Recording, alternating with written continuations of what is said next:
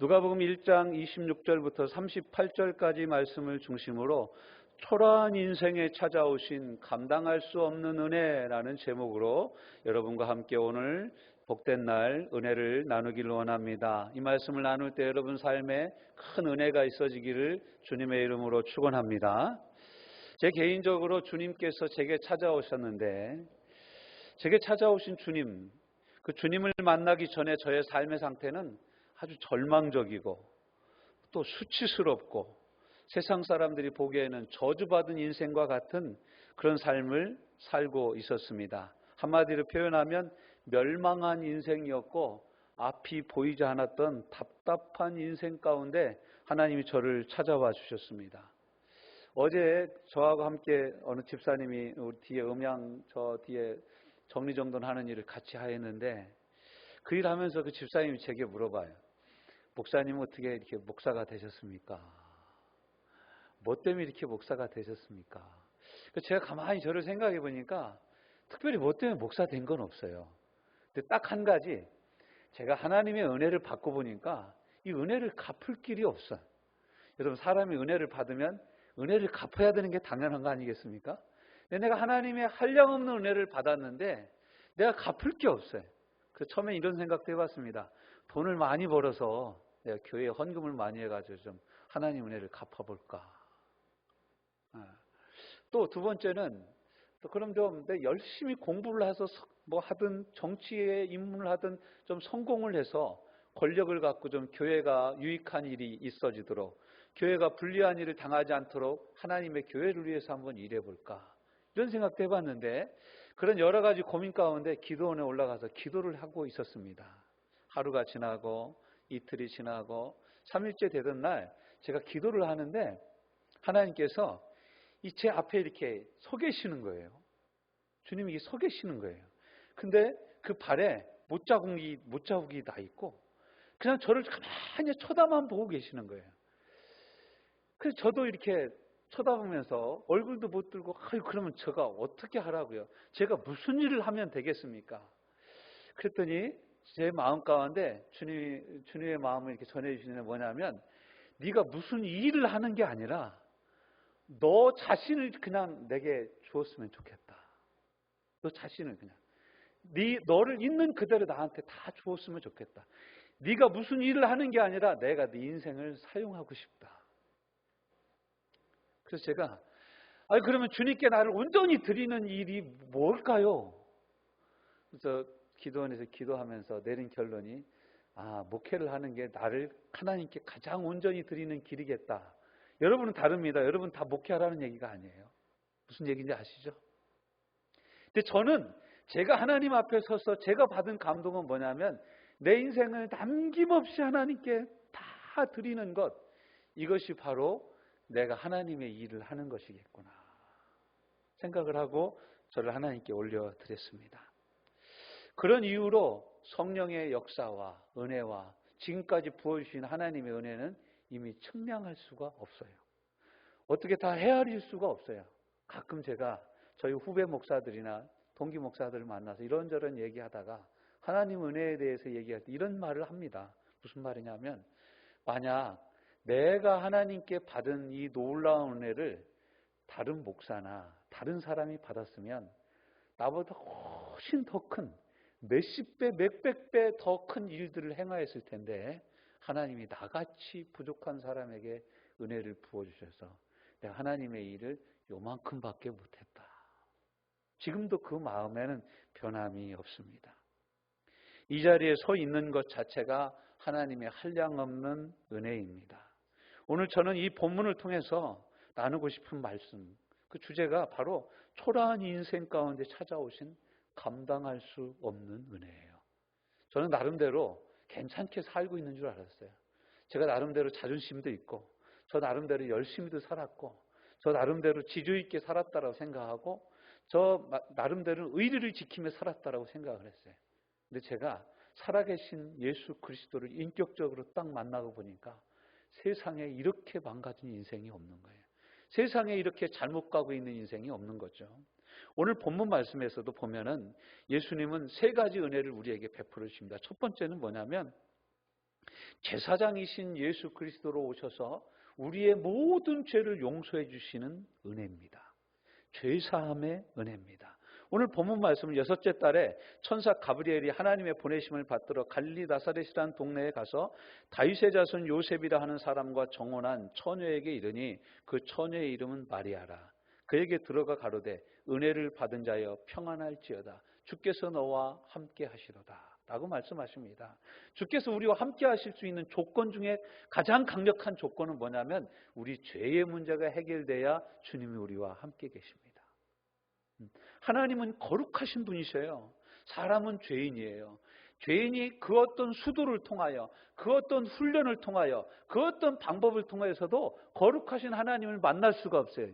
딱 한 가지 방법이 있습니다. 그 방법이 뭐냐면 내 죄의 문제를 해결해야 예수님을 만날 수 있습니다. 하나님을 만날 수 있습니다. 하나님의 말씀은 뭐라고 말씀하시냐면 하나님의 말씀은 우리 김씨 아저씨가 했던 그런 말이 아닌 거예요. 하나님의 말씀은 죄인들의 자녀들, 죄인의 자녀들에게 변함없이 하시는 말씀이에요. 죄인과 죄인들이 결혼하면 죄인을 낳습니다. 우리는 죄인 이 씨와 죄인 김 씨가 결혼하면 이 씨도 되고 김 씨도 되고 그럽니다. 그렇지만 하나님이 보시기에는 다 이 세상에 사는 모든 사람들 앞에 죄라는 단어가 딱 고유명사가 붙어 있는 거예요. 김 씨 이전에 죄인입니다. 이 씨 이전에 죄인입니다. 최 씨 이전에 죄인이에요. 전 씨 이전에 죄인이에요. 정 씨 이전에 죄인인 거예요. 우리는 모든 성 앞에 죄인이 붙어 있는 거예요. 그래서 예수님이 이 땅에 오신 이유가 뭐냐? 그 다음에 이제 이렇게 말씀하십니다. 처녀가 그 말을 듣고 놀라 이르되 이런 인사가 어찌민고 생각하며 천사가 일러 가로되 마리아여 무서워하지 말라. 네가 하나님께 은혜를 얻었느니라. 보라 네가 수태하여 아들을 낳으리니 이름을 예수라 하라. 이 똑같은 말씀을 마태복음 1장 21절에는 이렇게 표현하고 있습니다.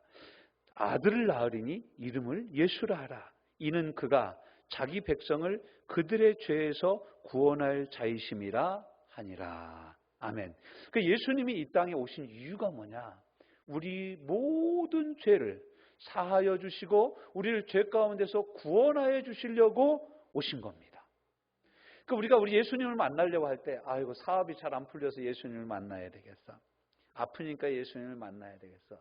물론 그런 마음을 가지고 예수님 앞에 나와서 예수님을 만나시는 분들도 계십니다. 그런데 정말로 예수님을 만날 때 가장 강력하게 일어나는 일이 뭐냐면 우리 죄의 문제가 해결되어 버리는 거예요. 그래서 예수 믿고 있는 사람들의 특징 중에 가장 큰 특징은 뭐냐면 예수님 믿고 나서 마음에 평안을 얻었다라는 것입니다. 예수님만이 온 인류의 죄, 인생의 모든 인생의 죄의 문제를 해결해 줄 수 있는 유일하신 분입니다. 그래서 예수님도 내가 곧 길이요 진리요 생명이니 나로 말미암지 않고는 아무도 하나님 아버지를 만날 수 없다라고 말씀하셨어요.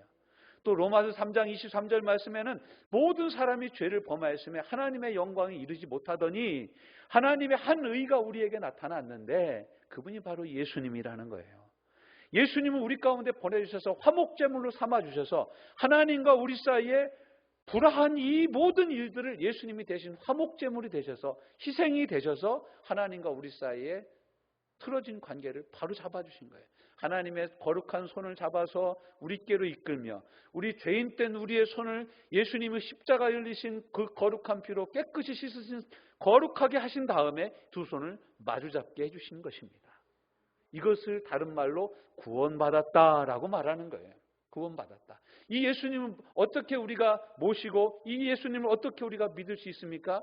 예수님이 나의 죄를 용서하여 주시려고 이 땅에 오셨고 그 예수님이 십자가에 못 박혀 죽으심으로 하나님의 어린 양이 되셔서 내 죄를 대신하여 죽어주셨고 또 3일 만에 부활하사 죄의 문제를 해결하여 주시고 그를 믿는 자도 죄에 대하여서 죽고 하나님께 대하여서 다시 살아남을 우리에게 보여주신 것을 내가 마음으로 믿을 때 그 예수님을 내 마음에 모실 때 그래서 요한복음 1장 12절 말씀에 영접하는 자 곧 그 이름을 믿는 자들에게는 하나님의 자녀가 되는 권세를 주셨다고 그랬어요. 예수 이름을 믿어야 우리가 하나님의 자녀가 되고 예수님을 믿어야 우리가 구원을 받는 것입니다. 요한복음 3장 16절은 또 우리에게 뭐라고 말씀하십니까? 하나님이 세상을 이처럼 사랑하사 독생자를 주셨으니 이는 저를 믿는 자마다 멸망하지 않고 영생을 얻게 하려 하심이라 라고 말씀하고 계십니다. 또 고린도전서 15장 45절 말씀에 보면 기록된 바 첫사람 아담은 산 영이 되었다. 하나님이 그 후에 생기를 불어넣으심에 산 영이 된지라. 그렇지만 그는 타락함으로 말미암아 영원히 죽음에 놓이게 되었습니다. 그렇지만 마지막 아담은 살려주는 영이 되었다. 예수 그리스도는 우리 가운데 살려주는 영이 되셨습니다. 그래서 죄인 된 우리가, 성경은 사망 선고를 내린 우리가 예수님을 믿을 때 살아남은 은혜가 있다라고 말씀하십니다. 요한복음 5장 24절 25절 말씀, 내가 진실로 진실로 너희에게 이르노니 내 말을 듣고 또 나 보내신 이를 믿는 자는 영생을 얻었고 심판에 이르지 아니하나니 사망에서 생명으로 옮겼느니라. 아들의 음성을 들을 때가 오나니 곧 이때라. 아들의 음성이 누구의 음성이에요? 예수님의 음성. 내가 너를 위하여 죽었노라. 내가 너의 모든 죄의 문제를 해결하고 다시 부활하였노라. 내가 부활 승천하여 하나님 보좌 우편에 앉아있고 내가 이제는 하나님의 영이신 성령을 보내서 누구든지 믿는 자들의 마음속에 내가 영원토록 거하게 하시겠다라는 그 말씀을 믿는 자는 지금도 살아난다라고 말씀하고 계신 겁니다. 빈들의 마른 풀 같은 우리 인생이, 그래서 예배의 장소에 나와서 이 생명의 말씀을 들을 때 우리 영이 살아나는 줄로 믿습니다. 여러분, 힘들고 지치면 예배의 자리에 나와야 됩니다. 감당할 수 없는 시험이 우리를 누르거든 이 예배의 장소에 나와서 이 말씀을 들을 때 우리가 살아나는 줄로 믿습니다. 두 번째 은혜는 어떤 은혜냐? 하나님의 아들로 이 땅에 오셔서 그리스도가 되심으로 예수를 믿는 우리도 하나님의 자녀가 되시는 놀라운 은혜를 부어주셨다는 것입니다.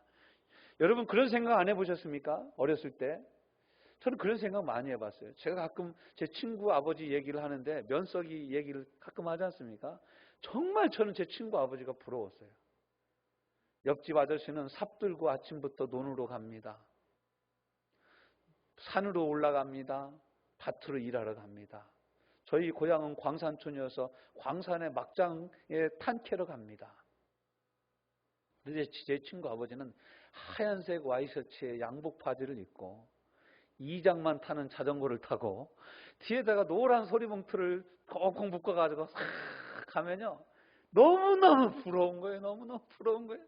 그래서 선생님이 네 앞으로 장차 소원이 뭐냐, 어떤 직업을 갖고 싶냐, 제가 썼습니다. 면석이.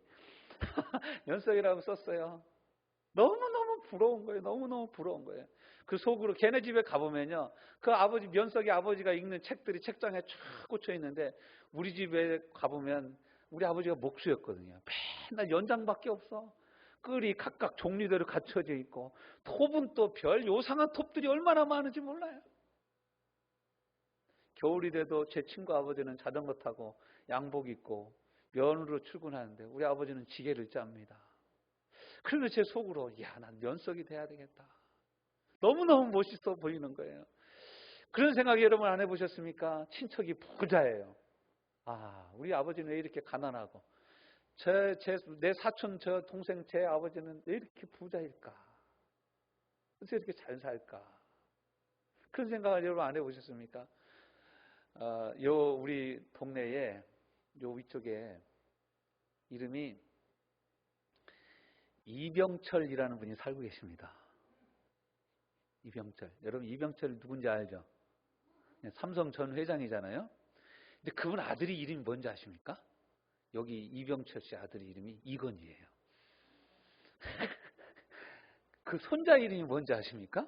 여러분 이쯤에 알겠죠? 손자 이름도 이재영으로 졌대. 그래서 제가 물어봤어요. 왜 이름을 그렇게 줬습니까? 그러니까 부자 되고 싶어서 그렇게 줬대. 아니, 그렇게 부자가 그런 이름 줬을 때는 뭔가 있는 거 아니에요?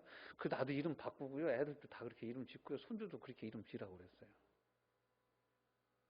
얼마나 부자가 되고 싶으면 그 자기 이름도 그렇게 짓고 자식 이름도 그렇게 짓고 손자 이름도 그렇게 지었을까?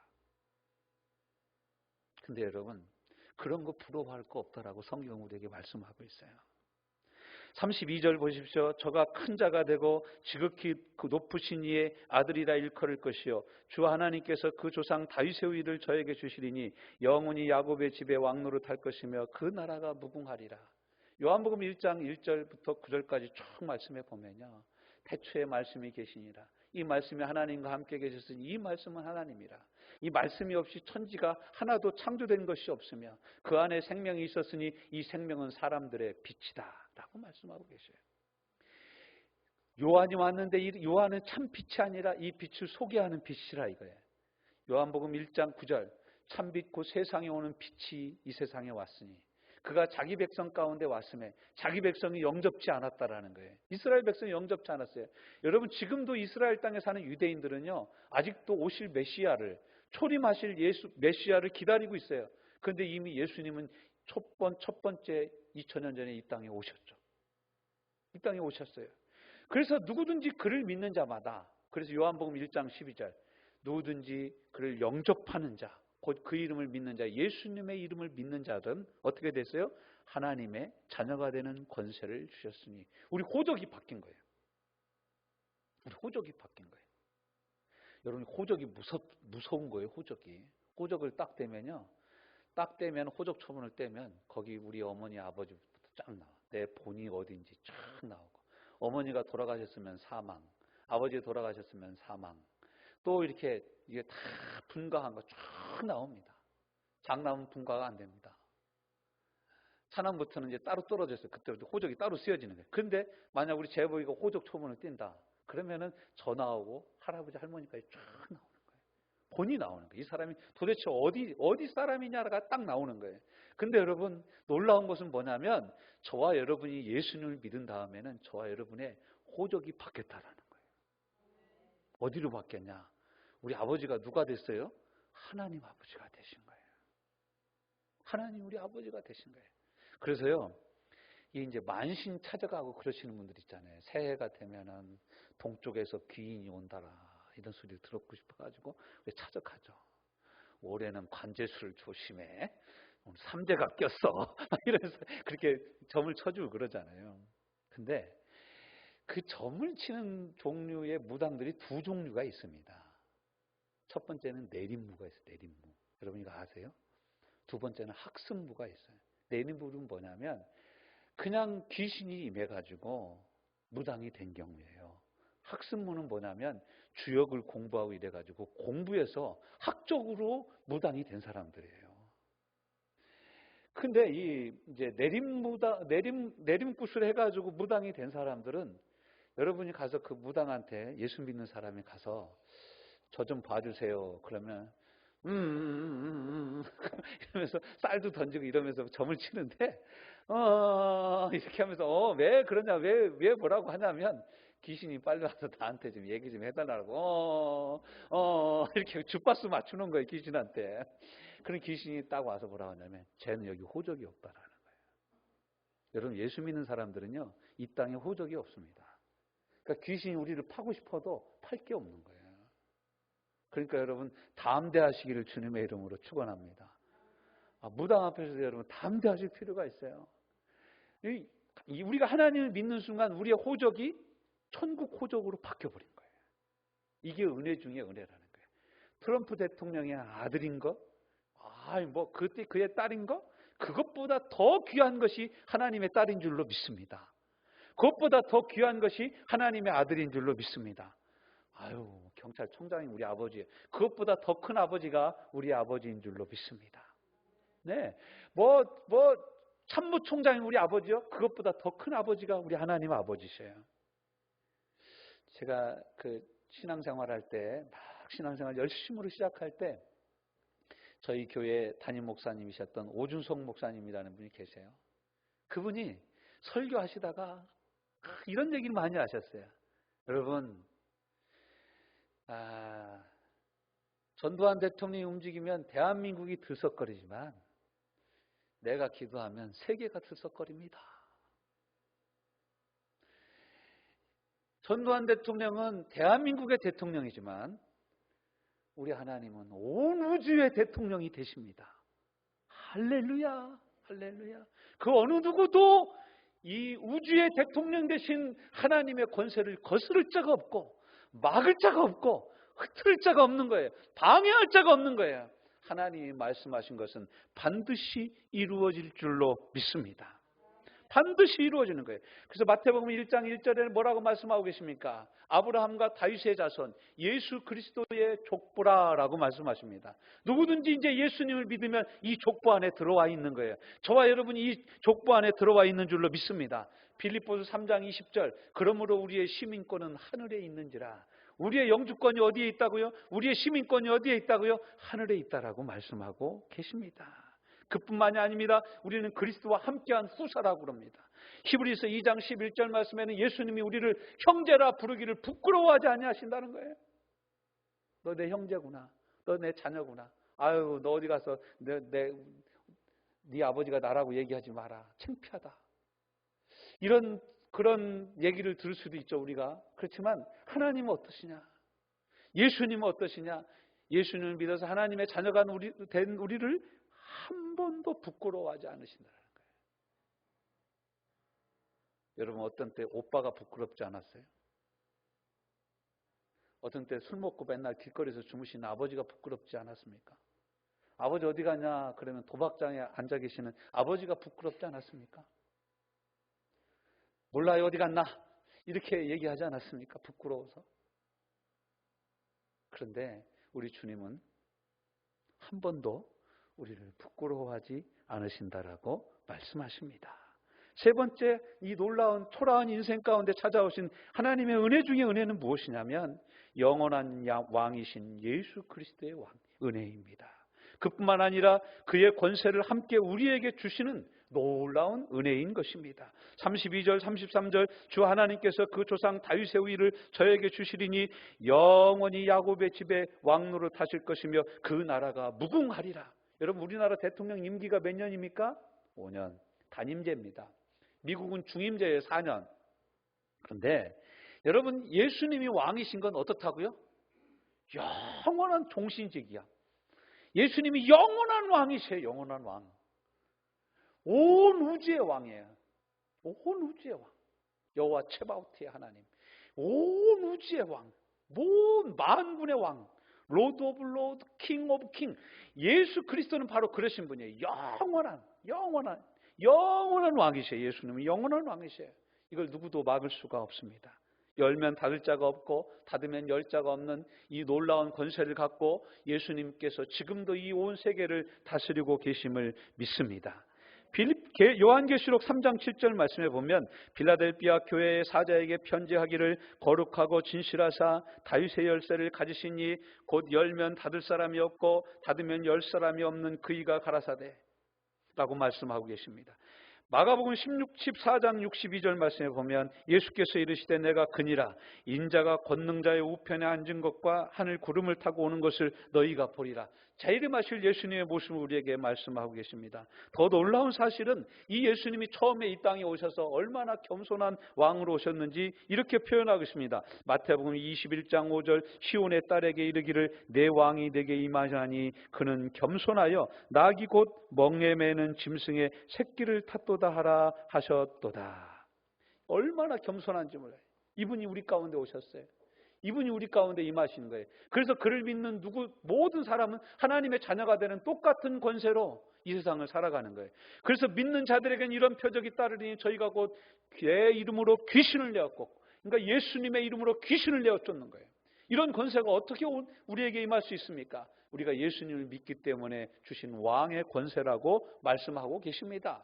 마태복음 28장 18절 말씀에는 예수님께서 하늘과 땅의 모든 권세를 내게 주셨으니 그러므로 너희는 가서 모든 민족으로 제자를 삼아 아버지와 아들과 성령의 이름으로 세례를 주고 내가 너희에게 분부한 모든 것을 가르쳐 지키게 하라. 볼지어다 내가 세상 끝날까지 항상 너희와 함께 있느니라. 할렐루야. 이 왕이 항상 우리와 함께 계십니다. 그러므로 여러분 담대하십시오. 담대하십시오. 영원한 왕이 우리와 함께 계십니다. 우리와 함께 하셔서 우리 그 권세를 그의 이름 가운데 우리에게 주신 그 왕이 우리와 함께 계십니다. 귀신의 역사를 두려워하지 마십시오. 궁핍의 역사를 두려워하지 마십시오. 가난의 역사를 두려워하지 마십시오. 질병의 역사를 두려워하지 마십시오. 예수 이름이 승리합니다. 그러면 어떻게 해야 우리가 이러한 예수님의 은혜를 온전히 누릴 수 있습니까? 오늘 마리아가 얘기했던 것처럼 주의 종이오니 주의 말씀대로 내게 이루어지이다라고 주의 말씀을 믿고 받아들이는 것입니다. 먼저 영접할 때 우리는 구원을 받습니다. 구원받은 우리가 하나님의 말씀에 계속해서 순종해 나가는 삶을 제자로 산다라고 말씀합니다. 이미 예수님을 영접한 우리는 이 신분 가운데서 자녀된 특권을 누리면서 왕의 밥상에 앉아 왕과 함께 식사하며 왕의 말씀에 귀를 기울이고 왕의 명령을 붙잡고 세상 가운데로 나가는 능력 있는 하나님의 사람으로 살아가야 하는 것입니다. 두 번째는 어떻게 이렇게 권세를 계속해서 누릴 수 있냐? 예수 그리스도를 왕으로 대접하는 것입니다. 예수님을 왕으로 대접하는 거예요. 예수님을 주님으로 대접하는 거예요. 여러분, 예수님은 우리가 운전할 때 펑크가 나면 갈아 끼우는 스페어 타이어가 아닙니다. 예수님은 우리 인생의 운전대가 되시는 분이십니다. 우리 인생을 친히 운전하기를 원하시는 분이세요. 주님 운전하시죠. 주님께 내 인생의 운전대를 맡기고 주님이 내 인생의 내비게이션이 되어져서 내 삶의 목적지를 정하고 나를 이끄실 수 있도록 내가 날마다 이 주님을 내 삶에 영접해야 합니다. 내 삶에 모셔야 합니다. 주님, 이걸 로드십이라고 합니다. 주님의 주되심, 킹십이라고 얘기합니다. 주님의 왕되심을 내가 내 삶 가운데 인정하는 거예요. 왕이여 내가 무엇을 행하리이까? 제 친구 목사 중에 하나는요, 카카오톡 프로필이 뭐라고 써 있느냐 하면 어명이요 이렇게 써 있어요. 어명이요. 무슨 어명이냐면 왕의 어명이라는 거예요. 왕이 내게 명령하셨다라는 거예요. 예수님 왕이 되셔서 어명으로 내게 명하셨기 때문에 여러분 어명이요라고 얘기하면요, 여러분 사극 보면 어떻게 합니까? 사약을 받아도 사약 받고 감사하다고 왕이 계신 쪽을 향해서 절을 하고 사약을 받아 마십니다. 어명이요. 너희는 가서 모든 민족으로 제자를 삼아 아버지와 아들과 성령의 이름으로 세례를 주고 내가 너에게 분부한 모든 것을 가르치게 하라. 어명이요. 아멘 좀 크게 해봐요. 어명이요. 여러분 이거 받아들여서 우리가 행해야 될 거예요. 사람들 눈치 볼 게 아닙니다. 이거 어명입니다. 안 하면 안 되는 일입니다. 실천해야 됩니다. 내가 너희를 사랑한 것 같이 너희도 서로 사랑하라. 이것도 어명입니다. 이것도 아멘하고 우리가 실천해야 됩니다. 남을 나보다 낮게 여기고 그를 섬기며 그를 온전히 헤아려서 그의 필요를 채워주라. 말씀하신 대로 우리는 채워주어야 합니다. 세 번째, 이 은혜를 어떻게 누리냐? 따라서 해봅시다. 즐겁게 순종하자. 즐겁게 순종하자.